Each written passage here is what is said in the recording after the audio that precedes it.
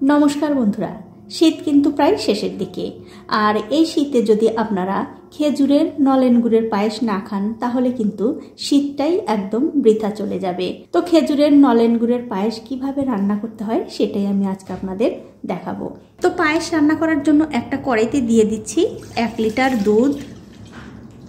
এবারে গ্যাসের ফ্লেমটা মিডিয়ামে রেখে এই দুধটা একটু ভালো করে জাল দিয়ে নিতে হবে। তো এই দেখুন বন্ধুরা, 4-5 মিনিট সময় ধরে এই দুধটা কিন্তু আমি খুব ভালো করে জাল দিয়ে নিয়েছি। দেখতেই পাচ্ছেন দুধটা কিন্তু খুব ভালোভাবে গরম হয়ে গেছে। এখন দেখতে পাচ্ছেন আমি আমার হাতের 1 মুঠো গোবিন্দভোগ চাল নিয়েছি। 1 কেজি দুধের জন্য কিন্তু বন্ধুরা এই মাপটাই সঠিক, মানে 1 কেজি দুধ নিলে আপনার হাতের 1 মুঠো গোবিন্দভোগ চাল নিতে হবে। এখন আমি এই চালগুলো খুব ভালো করে ধুয়ে পরিষ্কার করে নেব। দেখুন চাল কিন্তু আমি খুব ভালো করে ধুয়ে নিয়েছি। আর দেখতেই পাচ্ছেন চাল ধুতে ধুতে কিন্তু দুধের মধ্যে বলক চলে এসছে। যখন দেখবেন দুধের মধ্যে এরকম বলক চলে এসছে তখন কিন্তু এই চালগুলো দিয়ে দিতে হবে।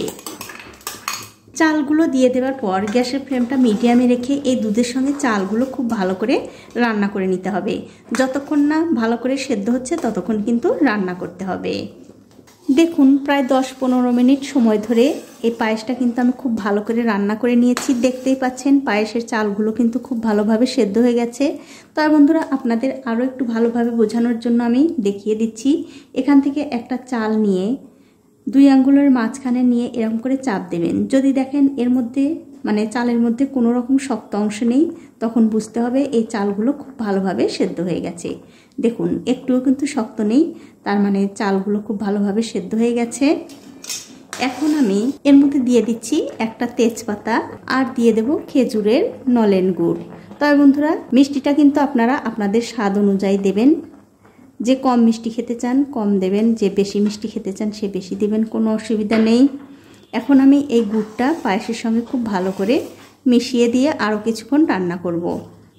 দেখুন গুড়টা খুব ভালো করে মিশিয়ে দিয়ে এই পায়েসটা কিন্তু আমি আরও 2-3 মিনিট সময় ধরে রান্না করে নিয়েছি। তবে আমার মনে হচ্ছে এই পায়েসের মধ্যে একটুখানি মিষ্টিটা কম হয়েছে, তার জন্য আমি আরও একটু মিষ্টি দিয়ে দিলাম। এখানে প্রায় 150 গ্রামের মতো গুড় আছে। আমি আবারও খুব ভালো করে এই গুড়টা পায়েসের সঙ্গে মিশিয়ে দিয়ে এই পায়েসটা রান্না করে নেব। আর আমার এই ছোট্ট চ্যানেলটি যারা সাবস্ক্রাইব করেছেন তাদেরকে অনেক ধন্যবাদ, আর যারা সাবস্ক্রাইব করেননি তাদেরকে সাবস্ক্রাইব করে নেওয়ার অনুরোধ রইল। আর বন্ধুরা অবশ্যই কিন্তু আপনারা একদিন হলেও এইভাবে পায়েস রান্না করে খেয়ে আমাকে কমেন্ট করে জানাতে ভুলবেন না আপনাদের কেমন লাগলো।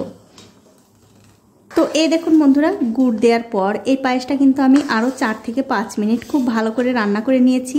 দেখতেই পাচ্ছেন পায়েসটা কিন্তু হয়ে গেছে। আর বন্ধুরা আপনারা যেদিন নলেন গুড়ের এই পায়েসটা রান্না করবেন সেদিন কিন্তু পায়েসের মধ্যে কিশমিশ কিংবা সাদা এলাচ এগুলো কিচ্ছু দেওয়ার দরকার নেই। এমনিতেই কিন্তু যে গুড়ের গন্ধটা আছে সেই গুড়ের গন্ধেই কিন্তু এই পায়েসটা খেতে ভালো লাগবে। দেখুন পায়েসটা কিন্তু হয়ে গেছে। এখন আমি গ্যাসের ফ্লেমটা বন্ধ করে দিয়ে অন্য একটা বাটিতে পরিবেশন করেও আপনাদের দেখাচ্ছি কতটা সুন্দর হয়েছে। দেখুন এভাবে পায়েস রান্না করে অবশ্যই কিন্তু আপনারা শীত ফুরিয়ে যাওয়ার আগেই খেতে পারেন। আর এই পায়েসগুলো গরম গরম যেমন ভালো লাগে, বাসি হলে তো আরও বেশি ভালো লাগে। তো বন্ধুরা আমার আজকের এই নলেন গুড়ের পায়েসের রেসিপিটা আপনাদের কেমন লেগেছে? যদি ভালো লেগেই থাকে অবশ্যই একটা লাইক, কমেন্ট আর শেয়ার করতে ভুলবেন না। আজ এই পর্যন্তই, দেখা হবে অন্য কোনো নতুন ভিডিও নিয়ে।